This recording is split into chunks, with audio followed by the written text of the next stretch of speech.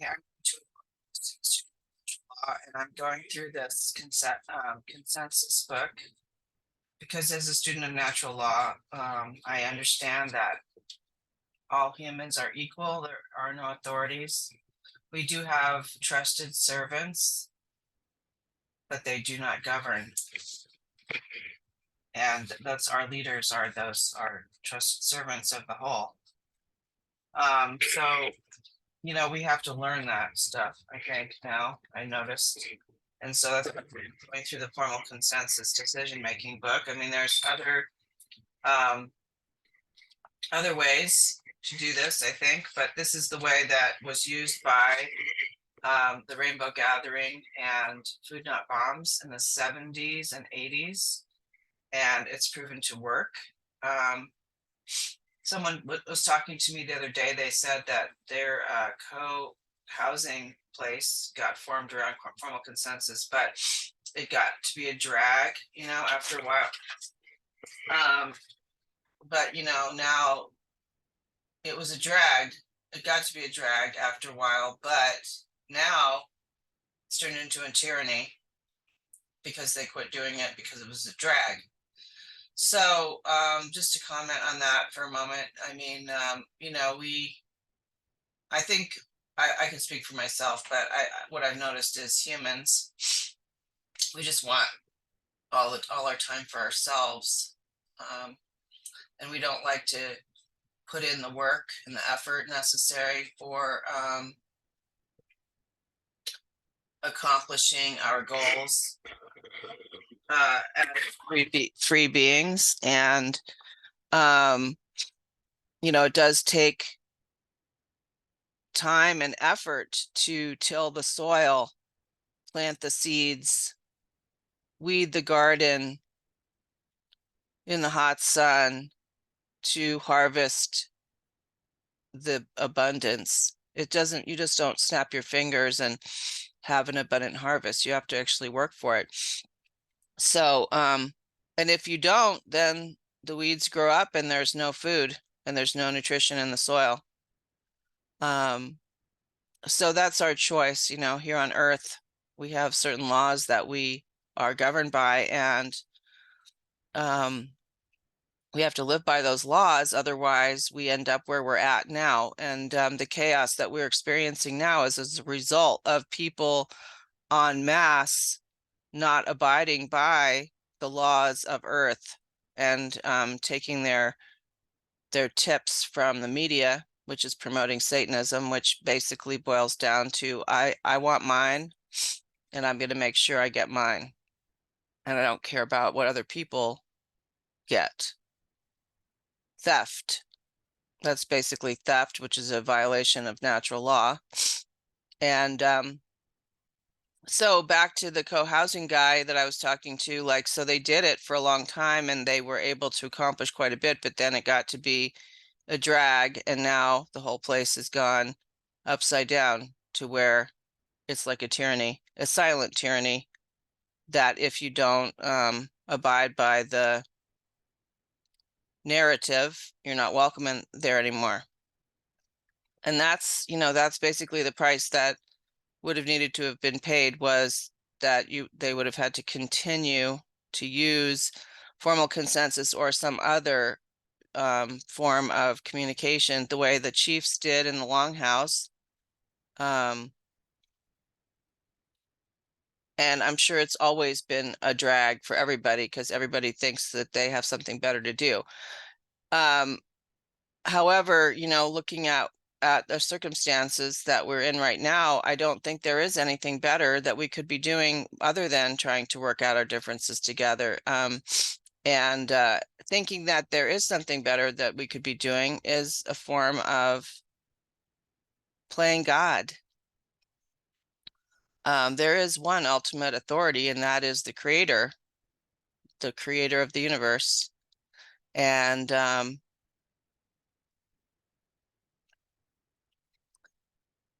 thinking that there's something I should be doing that should, this is too boring and I don't want to do it or whatever. I don't want to take the time. I mean, everything is like that now. I don't want to take the time to do anything right now. the things that I used to do in community are much more difficult to do now, because for some reason I feel like I'm pushing against a giant wall of energy, entropy, probably flavored by the chemicals in the air, water, food that I can't avoid. I try to avoid them as best I can, but I live up the road from Suncor, so I'm sure I'm getting like a pile of pollution in the air every day. And, it's difficult right now, very, very difficult to do the things that were easy to do a long time ago.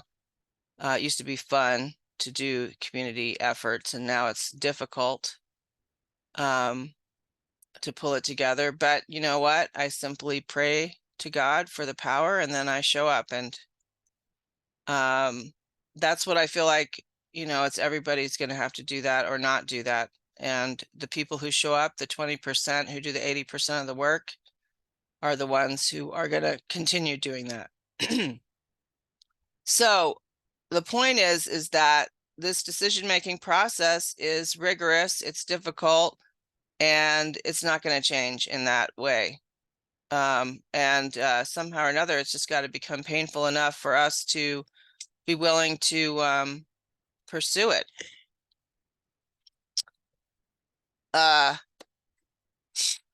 So somebody's texting me right now. Anyway, I'm going to get back to it. I'm on page 45. I'm actually, like, basically where we're at in this is the part of group discussion techniques, which is going through now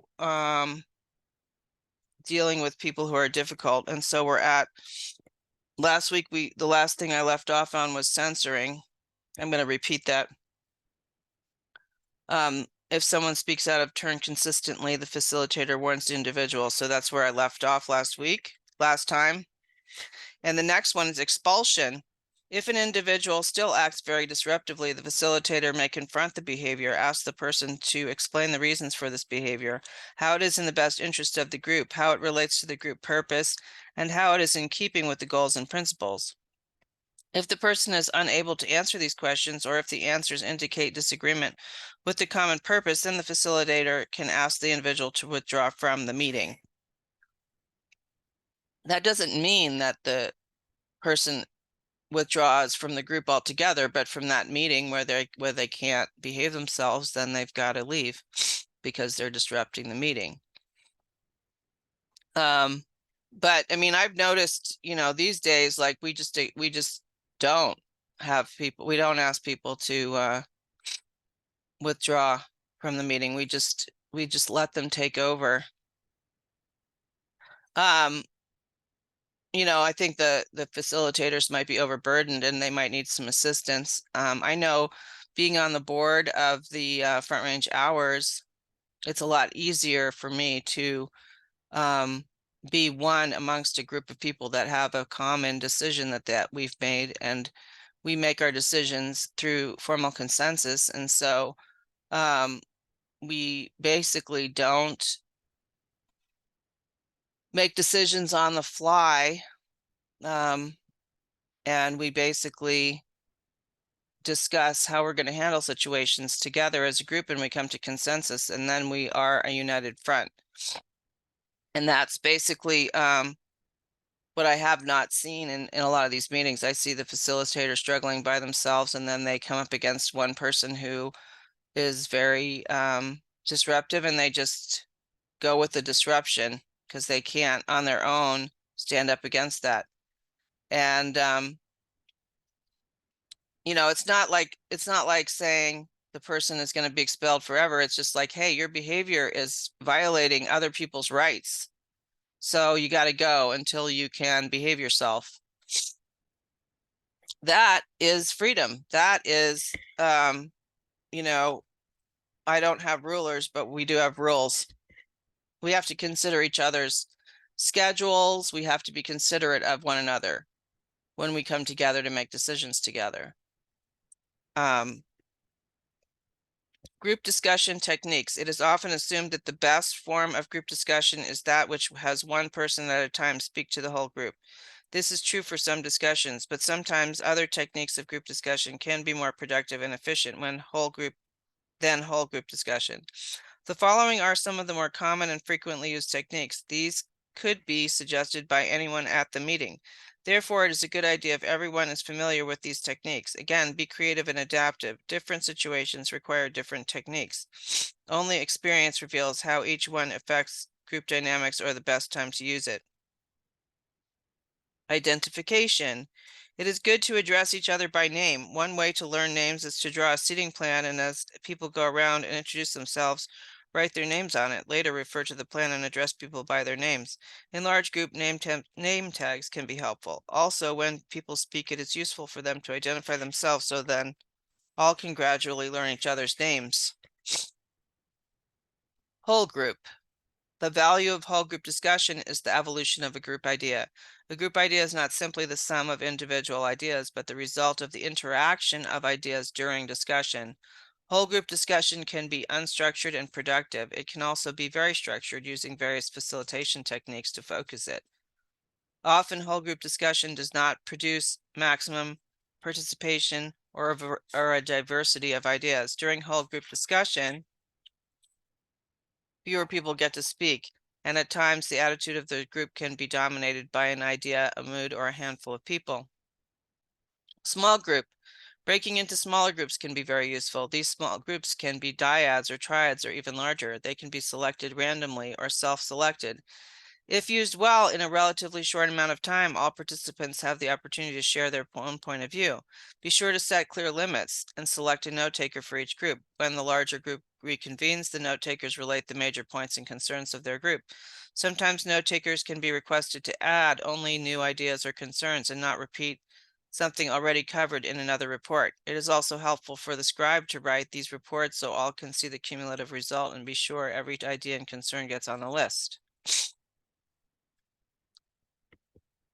This works, this is a good way to do it. And, one time, I don't know if I mentioned this a few videos ago, but I was approached by someone who wanted to know something about our steering committee, and I didn't feel that it was appropriate for me to talk about that. So that person made a presumption because I wasn't willing to speak for the whole group at that time.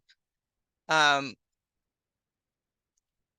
think that is appropriate because I am just one individual member of the group, and I'm not going to speak for the group until the group has made a decision.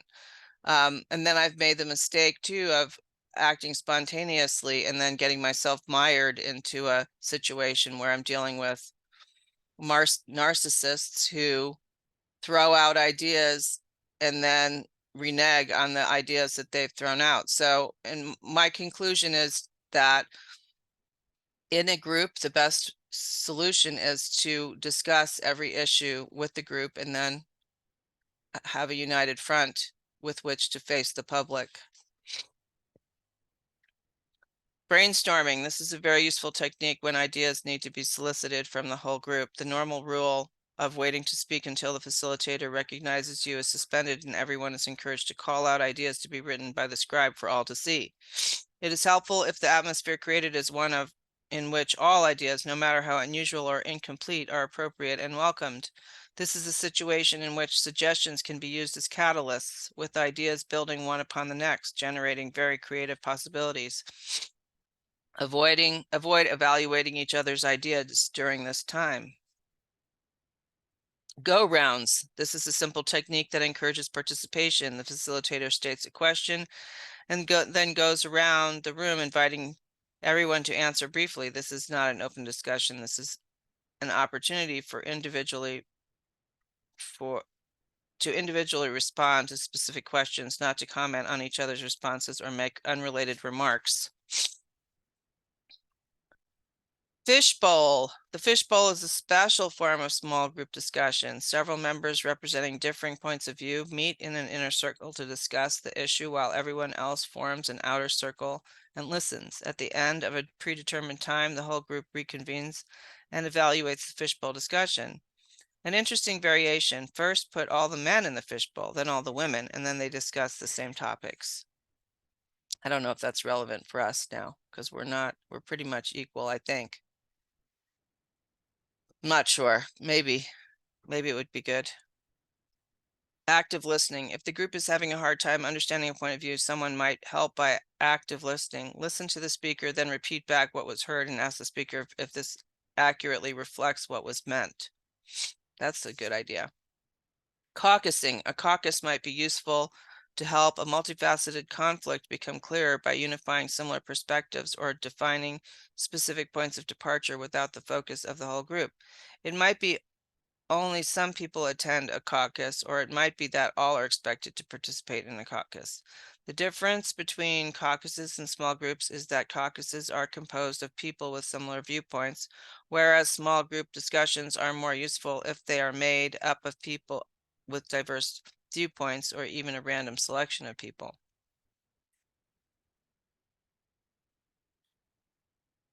Okay, that's it for this section. And the next section is going to be 4 founding documents, which I will go through next time. I'm just putting it out there. Like, I recently saw somebody make a call for leadership in a group. And they were, trying to get people from the community to become leaders for the group. And I would recommend that if that's going to happen, that either the founders or the new group leaders choose a way that they're going to communicate in their groups rather than tyrannize them, because otherwise it's probably going to end the same way the other groups have ended, which is that groups split apart, or they stop meeting to discuss serious issues, or they only meet socially. Maybe they only do classes or whatever and try to stay out of organizing over serious matters because they don't know how to do so. And I'm just recommending that, they look into this, or they could look into sociocracy, which is a smaller, less, it's kind of similar to this, but I think it's better in smaller groups because it doesn't have as many roles. Excuse me. In the back of this document, there is a list in the bibliography which discusses other types of group decision-making processes if others want to check them out. But I do feel that we need to do something and maybe have a workshop or something in nonviolent communication at some point, so we could at least learn how to be more encouraging and learn how to deal with conflict resolution.